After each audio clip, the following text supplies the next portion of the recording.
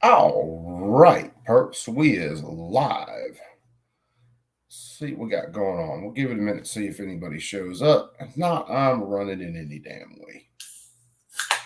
Because I can.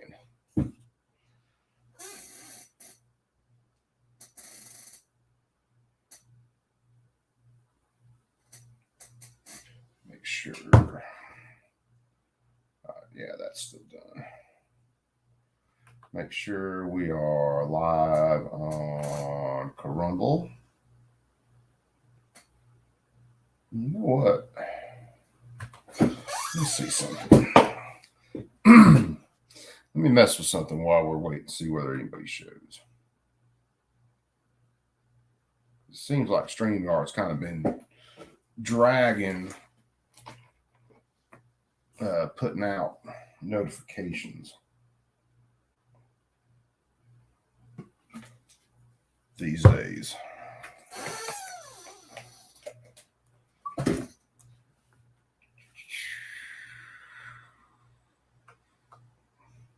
see.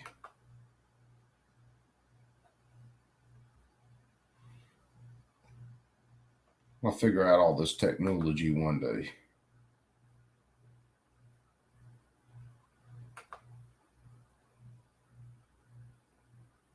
That's not what I want to do. That's what I wanted to do.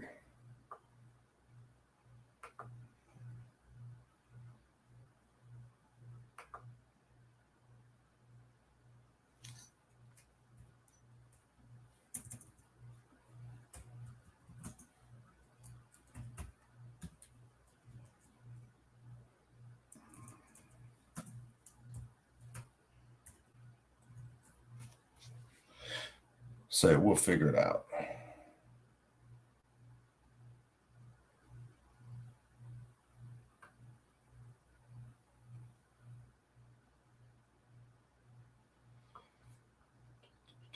So this happened on the 7th.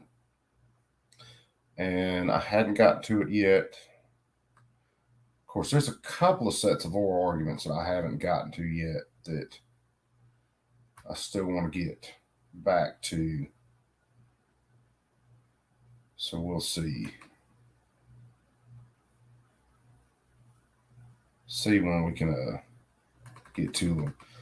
That, and there's another court case that I found the other day that seems like it might be a good listen. I've got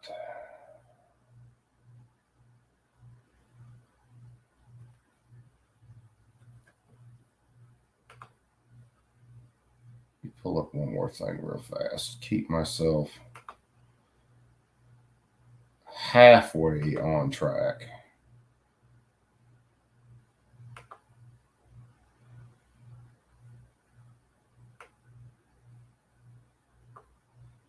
Just making sure everything's where it needs to be, and it looks like it is. Move the tab over.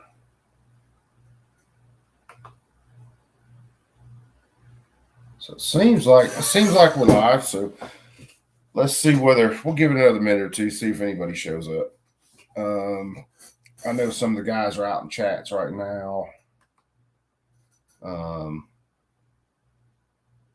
So we'll see what happens.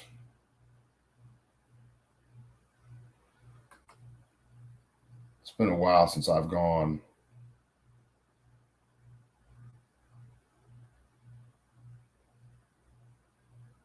Some of the guys, dude, I had a video on this ATF pistol brace crap.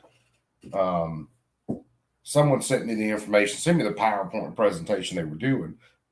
So I rolled that out, thought I posted it, but apparently it was private. So I looked back and saw that video never posted today.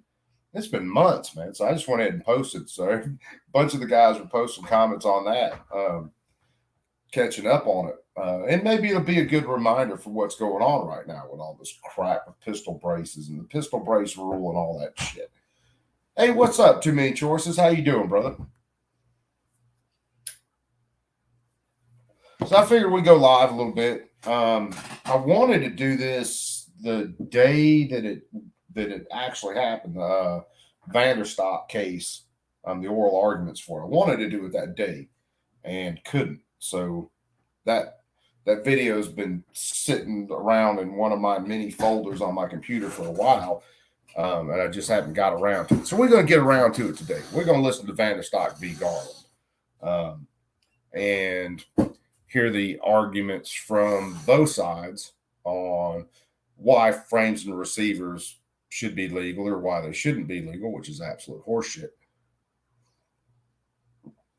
And the arguments, of course, coming from the government are going to be exactly what you think. They're absolute bullshit. So, tell you what, let's go ahead and we'll kick this puppy off. This is Sparta!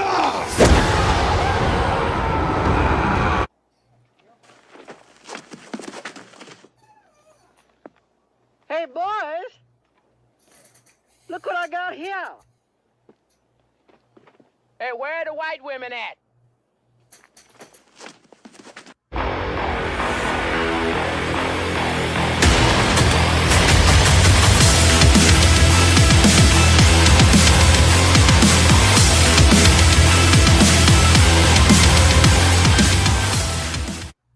This is Sparta! Of course it's Sparta. Someone needs to get Sparta kicked right down a fucking well. Hey, where are they at? You know, Mike McClune, we started to try to watch Blazing Saddles, man. I think it was Mike McClune. We were talking about that shit one night. And I was like, hell, I got to make that part of the intro. So that's what I did. So let me see. Let me find this video file. No, that's VanDerStok. Okay, VanDerStok v. Garland. Argued we're going to start off with 23. So again, this was argued on the 7th of this month. Yeah. So just the other day.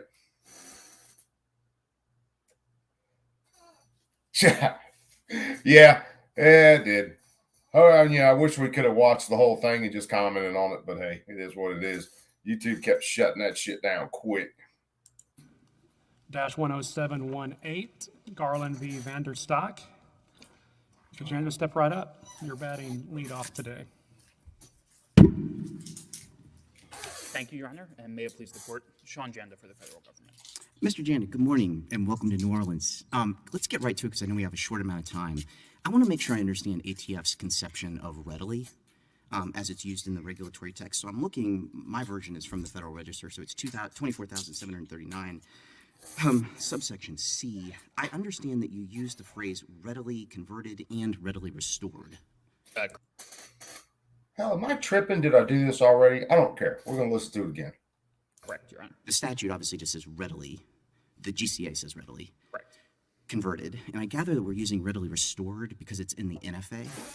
So, Your Honor, I don't think that there's any substantial distinction there. Restored, I think, is a sort of subset of converted. Converted is to change from one thing to another, whether you're restoring, assembling, converting in the first instance. So that's what we were saying. Good, yeah, that was my sense of it, because it looks like there's a lot of use of NFA cases, for example. So you rely in footnote 43 on United States versus Smith in cases that involve NFA readily restore as interpreting what the ATF now means as readily convert. Am I following so far? Story of Your Honor. So what ATF is doing in the rule, as ATF explains, it is trying to give more sort of content and notice to this longstanding practice of treating things they've reached a particular stage of manufacturing or machining as frames or receivers or as weapons, and to try and sort of build out and give that notice, ATF is pulling from sort of decades of case law interpreting, both in the GCA and the NFA context, the concept of readily. And that makes perfect sense to me. So we're going to use both bodies of case law to help people understand what it means to readily turn one thing into another. Correct. Great. So in case like, say, United States versus Smith, which ATF relies on, someone takes a decommissioned Thompson machine gun, pours metal down the barrel, welds the receiver and the breech together, and the Eighth Circuit holds 52 years ago that's readily converted, I'm sorry, readily restored, but I guess it doesn't matter. We could use, since the text uses both, so it's readily converted or readily restored into a machine gun because somebody with a sophisticated understanding of metallurgy in 8 hours in a metal shop could turn it into a machine gun. I'm following so far? That may be what Smith says, Your Honor. I'll be honest, I don't have a in-depth understanding of what was necessary in Smith. Well, that that's being ATF's. said, I think in this particular case, ATF And I think about it, I think I did do this video already. We're going to do it again any damn way, just to beat a dead horse. But the Smith case they're talking about, a guy had a Thompson submachine gun. It was on the NFA registry, at least from what I'm reading. So he basically deactivated it. I don't know whether it broke and whatever. But anyway, he welded the breech shut, welded the barrel to the receiver, and basically deactivated the gun, demilled it. There's no way you could get the gun to fire without substantial work. Well, the ATF did the substantial work. They went in, had one of their guys go into a machine shop with all the equipment available, and in 8 hours, reactivated the gun. 8 hours in a machine shop is not what your typical American has access to, nor the skills to be able to do. And then they called it readily restored, and I think sent this guy to prison. I got to look up the rest of the case. Oops, shit, wrong button. To help people understand what it means to readily turn one thing into another. correct. Great. So in case like, say, United States versus Smith, which ATF relies on, someone takes a decommissioned Thompson machine gun, pours metal down the barrel, welds the... And I've said it before, 8 hours in a fully staffed machine shop. As long as I had the mold on hand, I could melt down beer cans and make a fully functional gun receiver 8 hours in a machine shop. It's insanity. 8 hours in a fully functional machine shop, I can take raw materials and make a complete gun. That's from turning barrels to the receiver. And remember, to have a gun, all you have to do is have the frame or the receiver that's functional. Receiver and the breech together. And the 8th Circuit holds 52 years ago, that's readily restored, but I guess it doesn't matter. We could use, since the text uses both, so it's readily converted or readily restored into a machine gun because somebody with a sophisticated understanding of metallurgy in 8 hours in a metal shop could turn it into a machine gun. I'm following so far? That may be what Smith says, Your Honor. I'll be honest, I don't have a in-depth understanding of what was necessary in Smith. Well, that being said, I think in this particular case, ATF, in trying to give content But readily... Smith is your case. 8 different factors that sort of go to that question. And some of those factors are things like how much time it would take, the sort of tools you need, the expertise, the skill. And so, whether under ATF's definition that particular product would be readily restored, I don't know the answer. Oh, ATF gave us the answer. It said yes. It says, see United States versus Smith. It's in footnote 43 of the rule. It says this is well established and everyone should understand it. I feel like you've given me the answer. Now, I'm not sure if it helps you to say, well, we have an 8-factor balancing test and maybe the answer would come out differently today. It's either one or the other. It's either we think Smith is a good case, which is why we relied on it and put it in the Federal Register and put it in the final rule and everyone should be on notice of it, or actually we're going to backtrack from it using an 8-factor balancing test and Godspeed America. Maybe you can figure it out, maybe you can't. So again, I don't know what ATF would say about the particular... Bernie, what's up, my brother? I don't necessarily read the rule as taking a position on that. The rule looks to this developed body of case law to think about the sorts of factors that are relevant. That being said, I think it's important in the context of this particular case to remember that this is a facial challenge to these two provisions of the rule. I don't think there's any dispute in this particular case about whether plaintiff's products are in fact readily converted to be functional frames and receivers or sort of readily assembled into functional firearms. There's a lot of challenges in this case as to what the word readily means. And ATF has tried to put everybody on notice, as you pointed out. The whole purpose of this rule is to tell the world what readily means. And so you've given us both an 8-factor balancing test and some cases. And the thing, to put a fine point on this, here's what I don't understand. If 8 hours of sophisticated understanding of metallurgy, a well-equipped shop, and ability to saw off a barrel, retap a new barrel nut, put in a new barrel, fix the welds, and turn that into a machine gun, if that is readily, which is what ATF says in the rule, why is it that every American in the United States who has an AR-15 doesn't have a readily converted machine gun. Because as I'm sure you know, and as ATF knows, there are articles all over the internet for pennies, people, and for... And see, this is one of the arguments that the government is trying to make about ARs, AKs, that they are readily convertible to machine guns, so they should be NFA items. And if we go by regulations now, if they decided all of these were machine guns, well, all of them are illegal and have to be destroyed because you can't put new machine guns onto the registry. NFA is closed off loop. Minutes, people can turn AR-15s into machine guns by simply changing the sear. You can use parts that you can buy readily available on the internet. You can use coat hangers. You can use, this is all over the internet. It's very easy to do. So is an AR-15, in your view, readily, and when I say that, I mean just a semi-automatic AR-15, is it readily converted to a machine gun, yes or no? So I can't answer that question, Your Honor. It takes seconds. It takes minutes. Does not answer that question. So you can't tell me of something that takes gun minutes. In the NFA. Counsel, you can't tell me of something that takes minutes and pennies to convert is readily converted? So the NFA, my memory is, Your Honor, which again is not directly issued in this case, includes slightly different language with respect to... Hold on. You just told me at the outset of this argument that they're the same. There's no difference. Your words, not mine. No, Your Honor. The word readily appears in both statutes. ATF draws on the bodies of case law under both statutes to define that particular word. That being said, my memory, again, the NFA is not an issue in this case. Plaintiffs haven't raised any of these sorts of arguments. Oh, they absolutely do. They say we don't know what readily means. They say it's void for vagueness, it's arbitrary and capricious, it violates the due process clause. They read page after page after page. We don't know what readily means. And you can't tell me what readily means. You won't tell me that it means 8 hours of sophisticated understanding of metallurgy in a well-equipped shop, and you won't tell me if it takes minutes and pennies. So what is it? Look, Your Honor, again, I cannot tell you because I don't know how ATF AR-15s are not issue in this case. That being said, again, there is no particular as-applied challenge in this rule, and ATF is happy to provide guidance with respect to particular products, with respect to the sort of polymer 80 frames, for example, where ATF issued the open letter. And I don't take plaintiffs to be, at least at this point in the case, challenging any of ATF's particular determinations about either factually how easy it is to convert many of their products to functional frames and receivers or to functional firearms, or to be challenging ATF's interpretation or understanding of readily as applied to those products. And so, again, we're happy to have sort of, if someone disagrees with ATF's understanding, we're happy to have a fight about a particular product, but that's just not the challenge that they're bringing. In this case, I mean, the challenge they're bringing is a facial challenge to the rule. As I understand their understanding of ATF's authority, it's that ATF has no ability to regulate anything that is not already a fully functional frame and receiver. As we explained in the brief, or a fully assembled firearm. As we explained in the brief, that just is wholly inconsistent with the statutory text, with decades of practice, and with this court's precedent.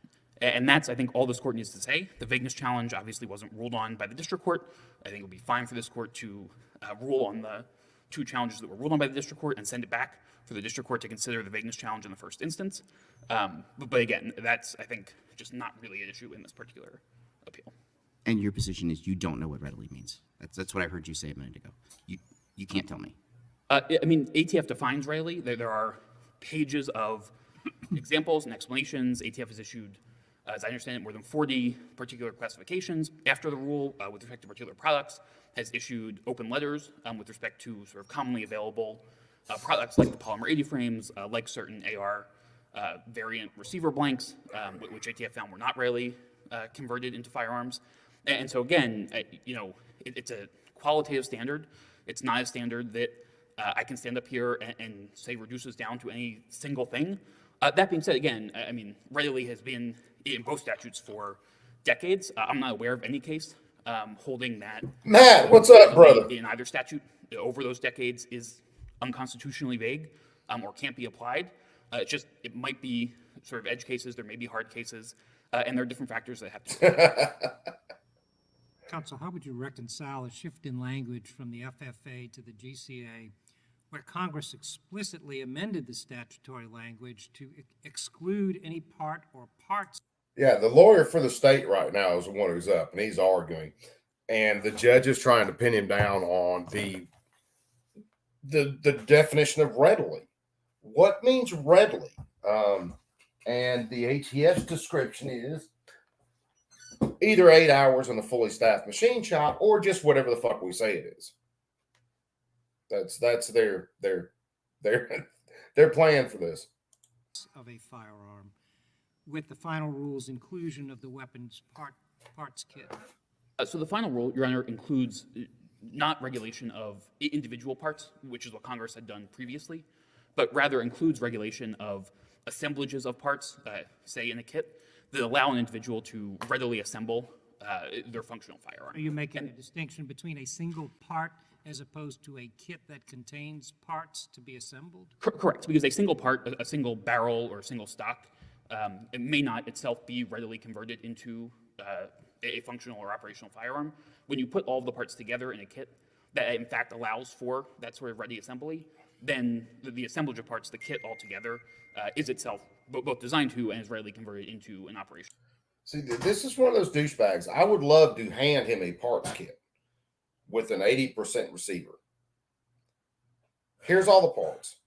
Here's the basic tooling you need. Build me a gun. Something that functions. Not a jam-o-matics, not something that only shoots one time. Build me a fully functional firearm. And I guarantee you I could give this guy 10 years and he could not get this shit done. Firearm. And that accords, I think, with, again, decades of practice and precedent. I mean, we cite a number of cases in our brief involving disassembled weapons, where someone has sort of done the reverse and taken apart the weapon. And courts uniformly hold that those weapons constitute firearms, often under the sentencing guidelines, but it's the same definition that we're talking about in this case. And here, it's just, rather than having it be put together and taken apart, it's this, more or less the same thing. Yeah, because once it is built to be a functional firearm or functional firearms part, that's what it is. If I take my polymer 80 that I carry every day, if I take it apart, drop all the parts in one box, and then I give that to somebody, I just gave them a firearm. If I throw an unfinished frame in there and give it to them, I've given them a box of parts. They then have to take the unfinished frame and make it into a firearm. See, the judge is hammering on this, and we know by now that they upheld the injunction, but this injunction was only, I think, Fifth Circuit, and it only covered 80% arms and one other company. I'll have to look them up. So the other companies, Polymer 80 and them, are all fucking stuck in the wind right now, especially going through courts like the Seventh Circuit. Before it's Let me ask a more general question that's implicit in the one I just asked you. Why wouldn't Congress be the ones to That's cold. Too many choices. That's right. But it's cold. Because Congress, Your Honor, doesn't need to do anything because the statutory language covers the non-functional frames and receivers and the kits and parts. I mean, Congress has, with respect to the weapon parts kits, said that a firearm is anything that can be, any weapon that can be readily converted into an operational status. And I just don't understand. If we're on, he's playing both ends of this. Is readily restored and readily converted. Readily restored applies to a firearm that has been deactivated that can be reactivated through very simple work, like the pistols that were coming in that basically just had a lead slug pushed in the barrel. All you had to do is heat it up, push the lead slug out of the barrel, you had a functional firearm. That is readily restored. Even a cut receiver, depending on how it's cut, you could probably argue that that's readily restored, even though you have to weld it back together, which most people can't do. I would love to do a weld build. And then he's talking about readily converted. Well, this could be converted into a firearm. Then we get into a whole list of things, because I could convert a couple pieces of pipe and a fucking nail into a functional firearm. How you could read that language. Because I'm looking at 921A3, the definition, the GCA definition of firearm.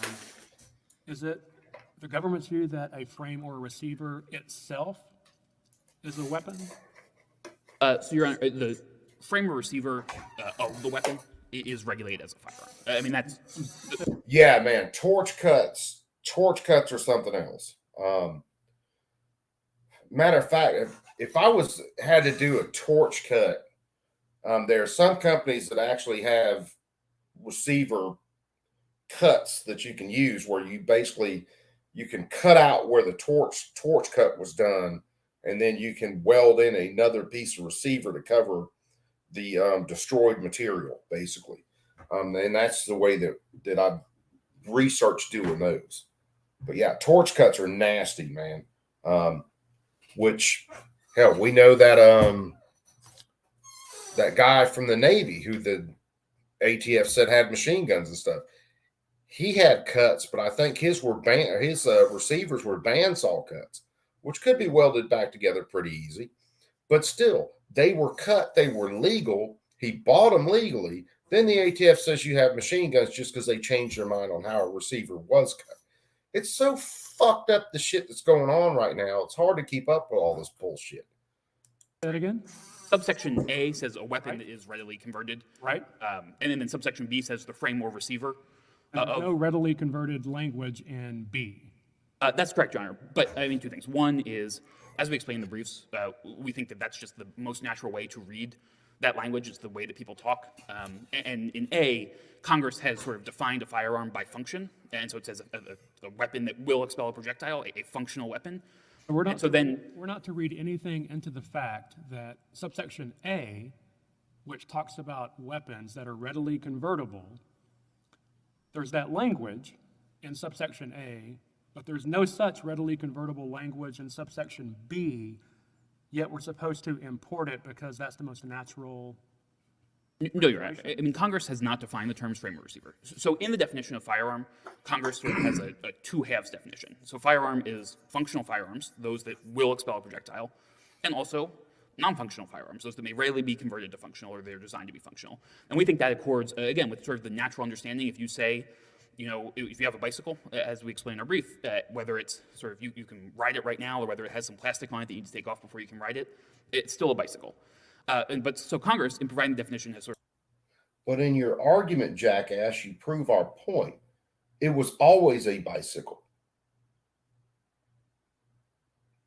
A polymer frame isn't functional until you do the work to make it functional. It's a paperweight until you do that work.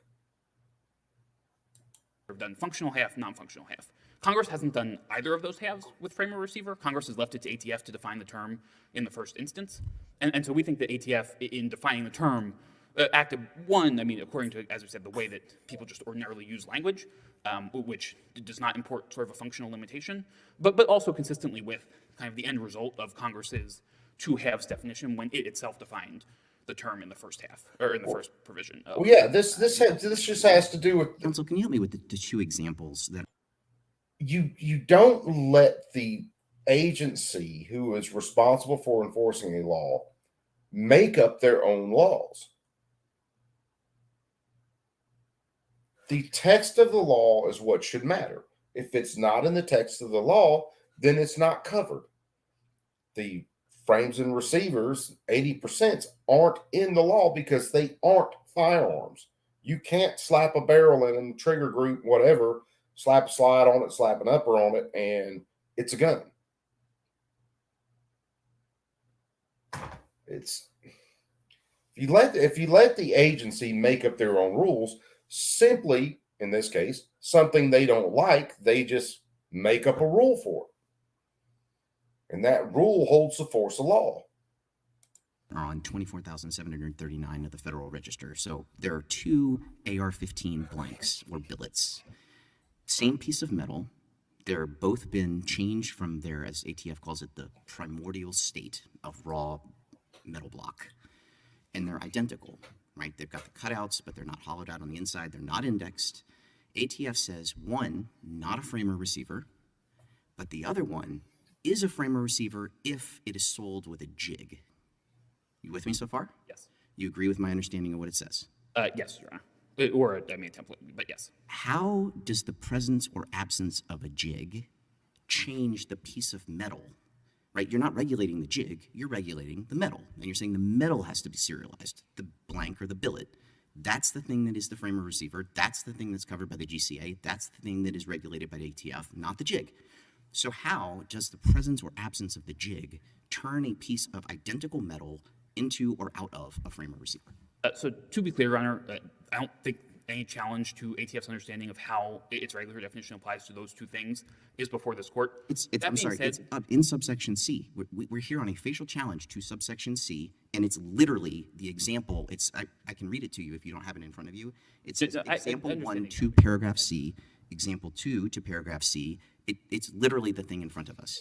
So, Your Honor, again, I do not think it's the thing in front of you. I don't think there's been arguments made in this court about the particular examples or the particular way that ATF has interpreted how its regulatory definition applies to specific products. You don't Again, think there's a we're vagueness here on challenge raised in one of the briefs. I think this court could send it back. It wasn't ruled on by the district court, and it doesn't go to the key thing, I think, before this court. But taking the examples head on, the definition of readily includes, and I don't think anyone disagrees that this is an ordinary understanding of readily, it includes thinking about the amount of skill and time that is required to convert the product. It is readily converted, or more likely to be readily converted, if less skill and time is needed. And so if a product is sold with a jig that sort of shows you exactly where to drill, and you just put it in and you drill the hole, that requires less skill, less precision, less expertise, and less time than taking a receiver blank without a jig, where you have to figure out exactly where to drill to make the product operable. This is the fucking idiocy, the sheer lunacy of letting the government encroach this far into the Second Amendment.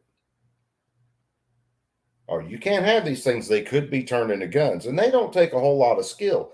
All right, motherfucker, well, you do it. You make one. I've never made one. Well, then how the fuck do you know what it takes? We see people all the time that either fuck up a P80 build, or they may get the gun together, but it's just a jam-o-matic. It's a paperweight.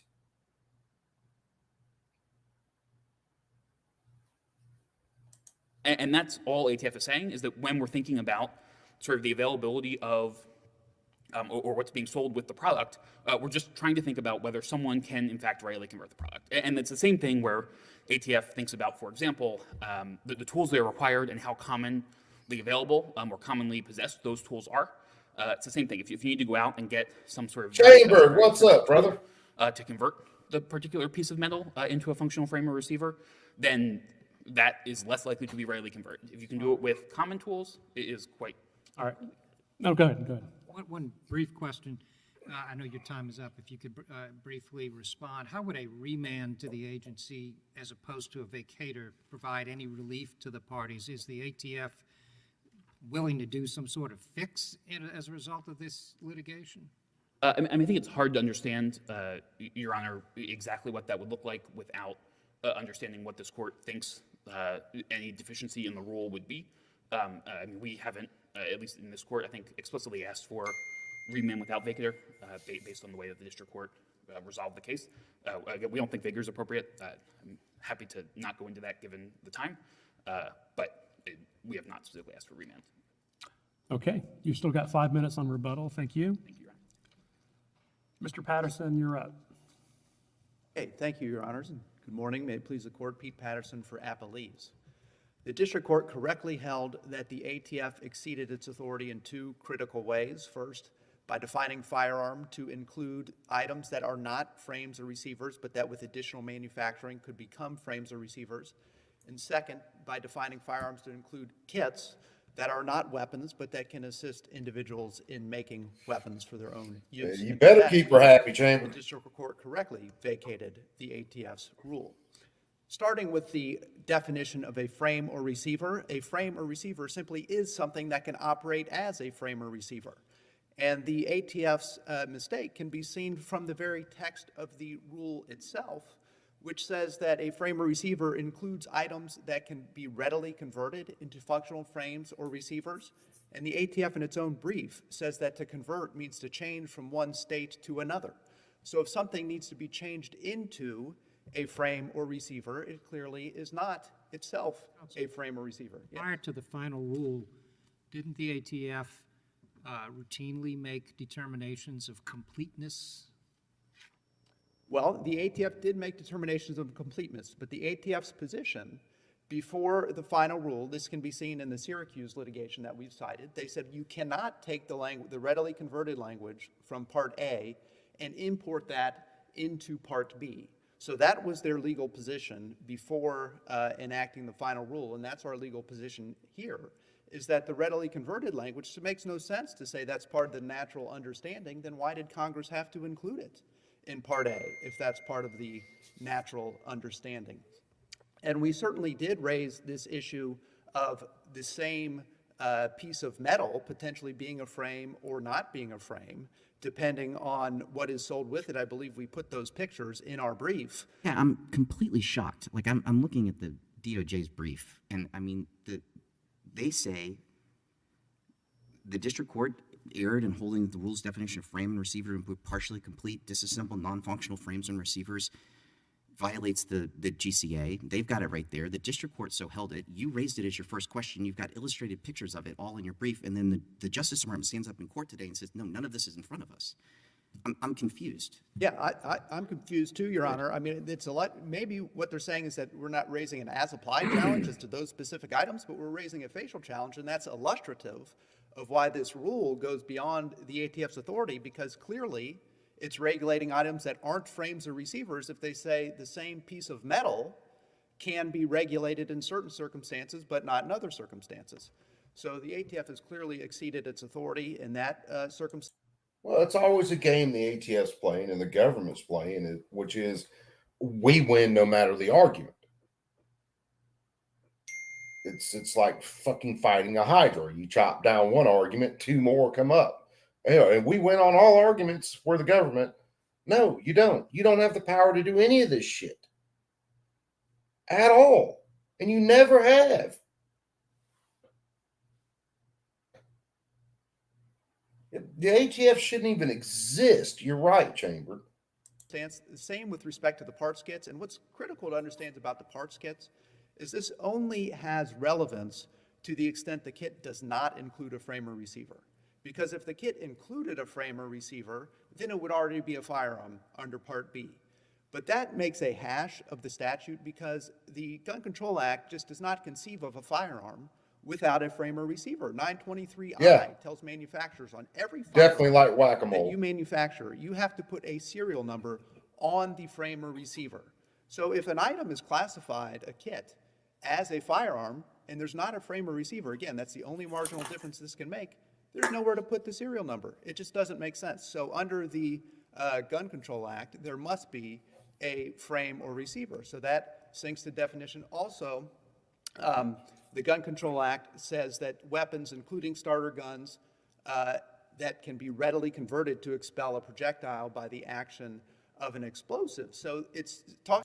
Now, see, and remember those so-called starter guns were coming in, and all it was a functional revolver, and it just had a lead slug pushed down the barrel, so the barrel was just blocked. So all people would do is heat it up, push the lead out of the barrel, and then they had a fully functional revolver. That is readily restorable, readily convertible, however you want to put it. Or readily restorable would be the one, because it was a gun, then it was blocked, then it could become again. So that's readily restorable. It is restored to its prior action. When you convert something, you take one thing that is this thing and you convert it to another thing. Talking about conversion of one type of weapon into another type of weapon. It's not speaking of taking a non-weapon and providing tools that can assist individuals into making a weapon. So the parts kits are excluded for that reason. Additionally, other sections of the Gun Control Act, including the definition of destructive devices, silencers, and machine guns, expressly single out combinations of parts and say that those can be covered, and yet that's absent here. So for these reasons, we think the ATF has clearly exceeded its authority under both of these sections, and that vacatur was the proper remedy. Under Section 706 of the APA, courts are directed. Congress told them you shall set aside agency action that exceeds authority or is otherwise unlawful. And at the time the APA was enacted, Black's Law Dictionary defined vacate. One of the definitions of vacate was to set aside. And the definitions of set aside included annul and revoke, similar terms. Very shortly thereafter, the federal courts understood this language to mean vacate. And similarly, this court's precedent establishes that the language means to vacate. And so I don't think there's any question under this court's precedent and even under the proper interpretation of the APA that vacatur is a proper remedy. Now he's talking about APA. He's talking about the Administrative Procedures Act, which lays out how these agencies are supposed to act. And the ATF has gone far past their authority. The other side raises some arguments how, well, even if vacatur is a proper remedy, it shouldn't be entered in this case. But those two lack merit. First, they say you should have considered an injunction before vacating the rule. But that gets things backwards because an injunction is only to be entered when there's no alternative remedy that would be remedy the plaintiff's harm. And here there is a statutory directive to courts that you shall set aside unlawful agency action. That's what the Supreme Court said in Monsanto. Before entering an injunction, courts must consider whether a less drastic remedy, such as vacatur, would remedy the plaintiff's harm. So they get things backwards by saying consider an injunction first and then vacatur. The statute and equitable standards say that you do it in the opposite direction. Assuming vacatur is the proper relief to be granted, is it possible under the facts and circumstances here to limit that to only the named plaintiffs? No, there's no, I don't know that it's possible in any circumstance to have an as-applied vacatur. Vacatur, as this court said in Data Marketing Partnership, is to formally nullify and revoke a rule. And it doesn't make sense to say a rule is formally nullified and revoked with respect to one party, but it's not formally nullified and revoked with respect to another party. So I think the mistake here is mixing concepts relating to injunctions with concepts relating to vacatur. So an injunction operates against a party. And so if a party was enjoined, the rule would still be there, but you would tell the official, okay, don't enforce that rule against party X, Y, and Z. You can do that on a party-specific basis, but vacatur operates not against the party, but against the rule itself. And so if the rule is vacated, it's vacated. And the Supreme Court has acted consistent with this understanding in footnote 7 of the DHS versus Regions of California case. So see, right now, I think we're looking at the injunction, which only is for 80% arms and that other company. I haven't looked it back up yet. And what we really want is the rule to be absolutely vacated, where polymer 80, everybody's covered underneath it. Involving the DACA rescission, where that was vacated. And the court in footnote 7 said, we don't need to consider whether these universal injunctions were proper because we're affirming the vacatur. So that indicates that vacatur is just a universally applicable remedy. And it's not a remedy, it's not that we're extending relief to other parties when it's vacated. It's that that's a side effect. The plaintiff brings the action under the APA. Congress has said the proper remedy is vacate. It's important to realize it applies not only to rulemakings, but also to agency orders after enforcement actions, adjudications. So really the conception is as almost an appellate court sitting over the agency. And it's much more perhaps intuitive when it's a rulemaking because yes, okay, the agency has entered an order. That order needs to be vacated in order to give the plaintiff relief. It wouldn't make sense in that context to say, well, set aside just means put on the other side of your desk and ignore it. No, to get relief, that plaintiff needs the order to be vacated, but the same reasoning applies to rulemaking. It's this court sitting essentially in review of what the agency has done. So it's not equivalent to reviewing a statute for constitutionality. The APA actually empowers courts to set aside and vacate agency action. And the district court properly did that here. I'm happy to answer additional questions your honors have, but if not, I'm happy to cede the rest of my time. I have one. Yes. Can we go back to the challenge that I think we all agree on, that 478.12 subsection C is in front of us? Yes.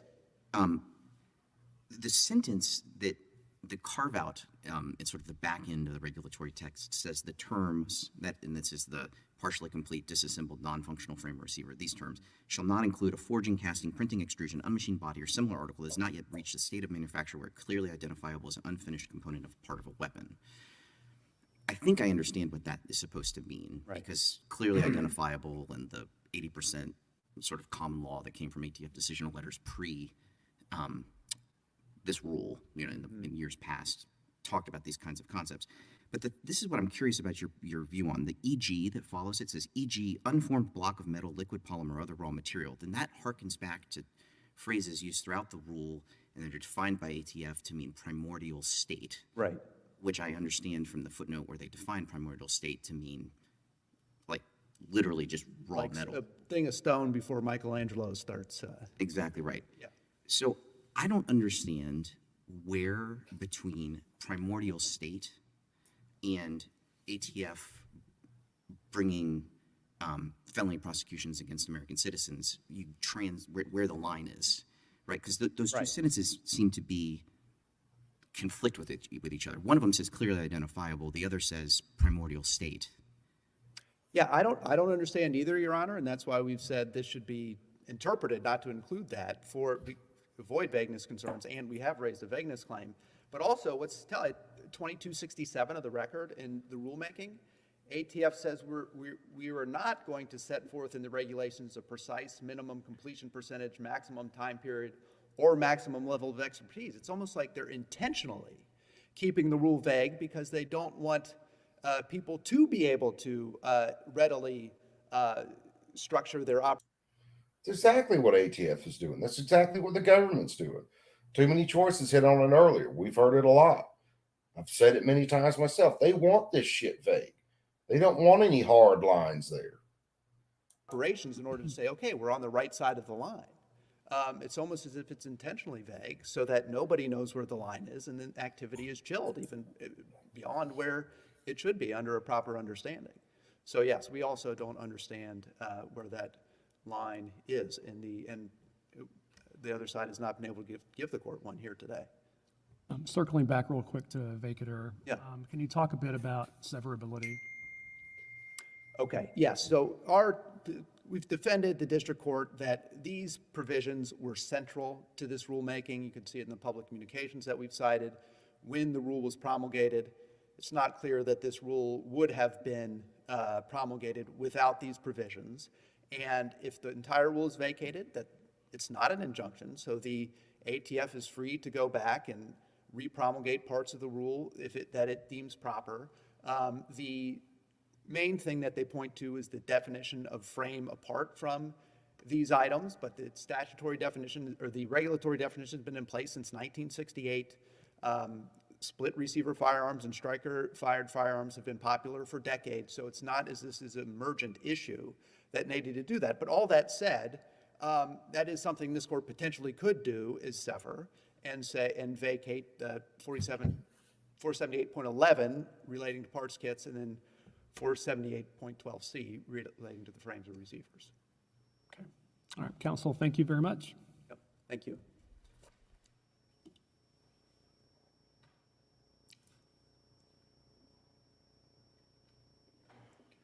Great. Thank you, Your Honor. So I'd like to start, I think, just by taking a little bit of a step back, because I think it's important to be clear about what we understand to actually be at issue in this appeal. So ATF, in defining these terms, I think there's sort of two pieces. One piece is the quality. I wonder if this dude actually looks like Ben Shapiro, because he damn sure talks like him. Although I don't think he's anywhere as smart as he is. Of standard that the qualitative standard, Your Honor, that frame, for example, partially complete frames of receivers, they are readily converted to functional frames of receivers, are frames of receivers. And then second is the application of that qualitative standard to particular products, both how that standard is applied, the sorts of things the ATF considers, and also the outcome. And as we understand the district court, we think the district court's opinion held that the articulation of the qualitative standard was incorrect, that ATF has no authority to regulate partially complete frames of receivers. They are readily converted to frames of receivers. And that is what we understand to be the basis of the district court's decision, not any problem with assuming ATF has that authority, how ATF has either defined the term readily or how ATF goes about applying that qualitative standard to particular products. There are some of those challenges lurking in the district court. Paul Brady has brought some of those challenges with respect to its particular products. The district court didn't rule on them. We don't think they're properly before this court. And similarly, the vagueness challenge is raised by one of the plaintiffs in their brief. It wasn't ruled on by the district court, and we think it would be perfectly fine for the district court to consider that on remand. And so focusing in on what we understand to be actually an issue in this case, which is whether ATF has the authority to regulate partially complete frames and receivers that are readily converted to functional, or sort of weapons parts kits that are readily assembled into operable weapons.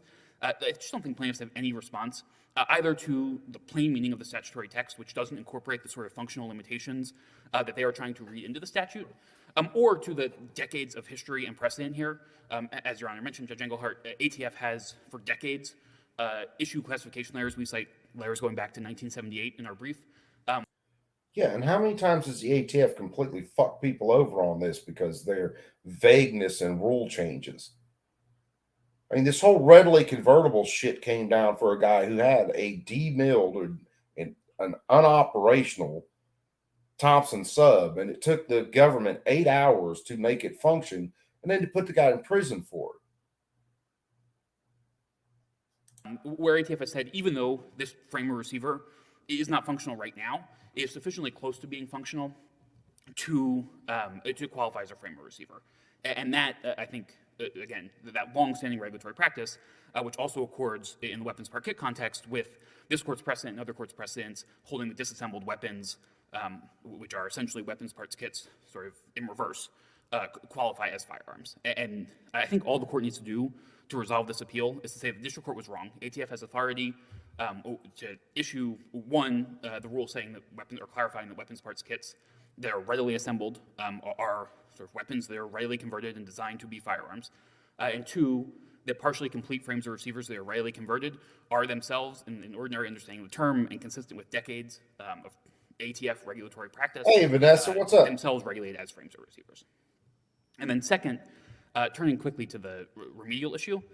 Number one, as we explained in our briefs, we don't think vacatur is an appropriate remedy in this case. I mean, we're not taking issue with this court's precedent that vacatur is an available remedy. But as we explained, this court has never held that vacatur is a compelled or an automatic remedy. I think Cargill is a really good example of this, where the court remanded to the district court to figure out what the appropriate remedy for what there, I think, was a very similar holding. Or this is a Fifth Circuit, I believe. Challenge here that the rule exceeded the statute or was in conflict with the statute. And here we think the district court, number one, should have at least considered alternative remedies, should have considered whether declaratory or injunctive relief limited to the specific plaintiffs to address their specific injuries was appropriate, should have balanced the equities in doing that, and shouldn't have just reflexively ordered vacatur because it found a statutory violation. And then even assuming that some vacatur was appropriate, again, any vacatur should be limited. Number one.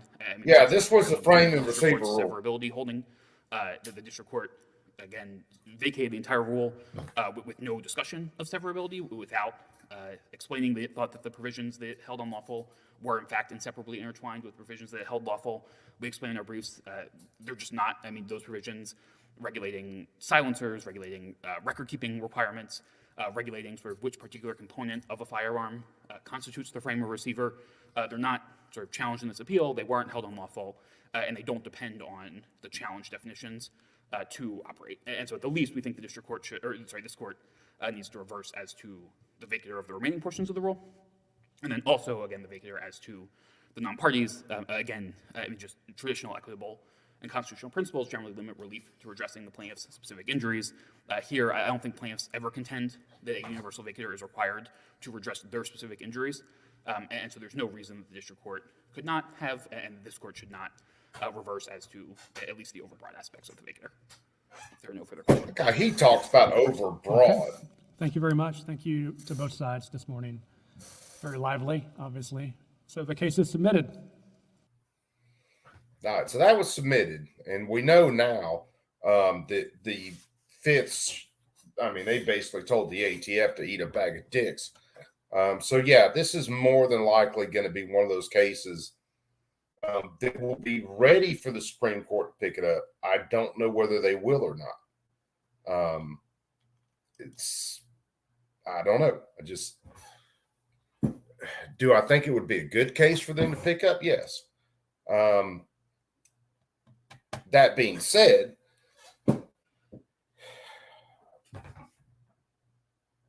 I just don't. There are a couple of judges I think would really like to have this case, simply so they could kind of lay down the law on the ATF and tell the ATF you don't have these powers. But I don't know whether it'll get picked up, especially if Roberts is the one basically saying what will and won't get picked up for a conference. I don't know. I don't have a whole lot of faith in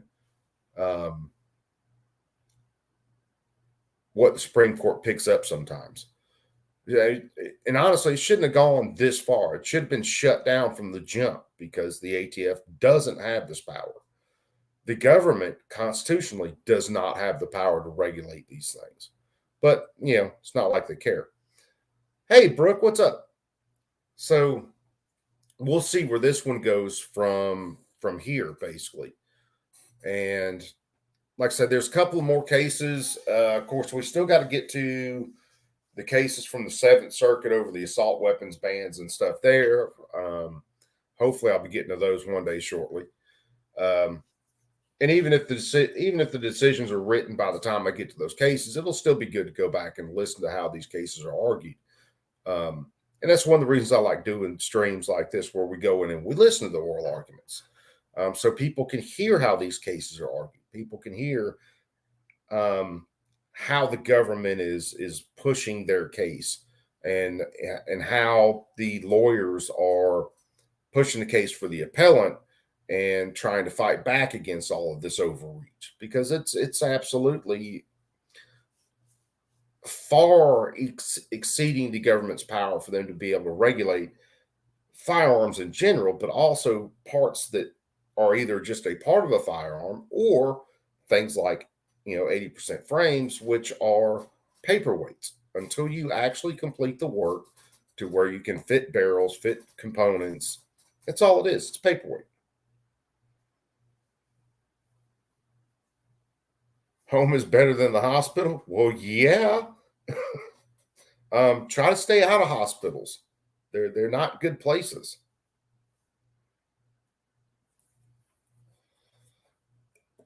So anyway, guys, I'm going to end this one here.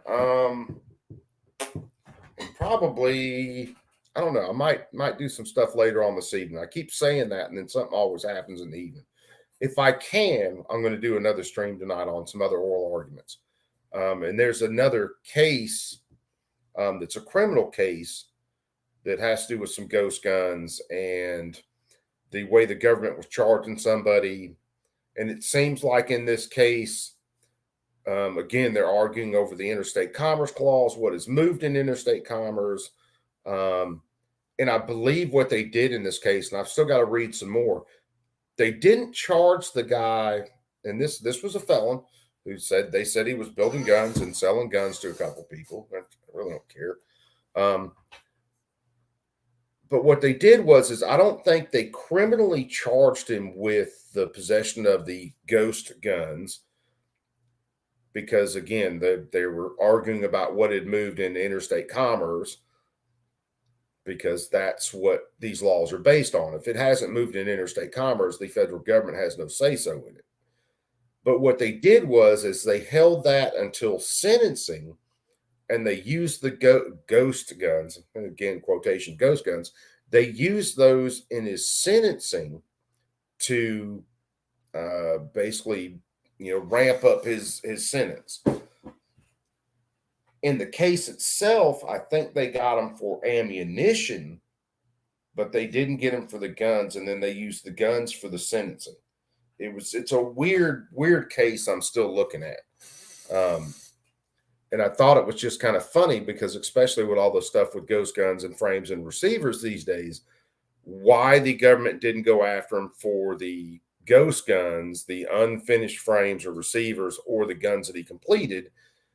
They went after him for the ammo and then used the guns for the sentencing.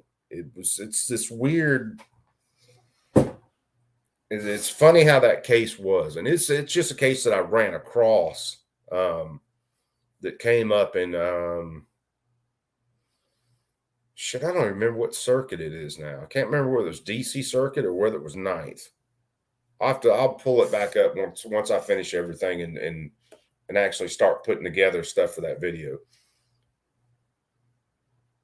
Yeah, well, in most cases, Brooke, in most states, they drop the gun charges. The only reason I was interested about this one with them dropping the gun charge is because he, was apparently building these guns that he sold and building the gun that he had in his possession. And since they were built off 80% receivers, that's when they started arguing about the whole interstate commerce and whether or not it had moved in interstate commerce. And if it hadn't moved in interstate commerce, then the federal government couldn't touch it anyway. And if they couldn't touch it in the criminal side, why could they use it in the sentencing side? That was another part of the case. If you didn't use it under the criminal charges, how can you use it for enhancements for his sentencing? It's weird.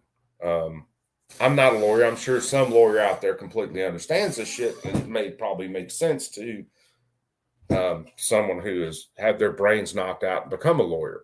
But to an average person, if you didn't charge me with it, how can you use it in the sentencing?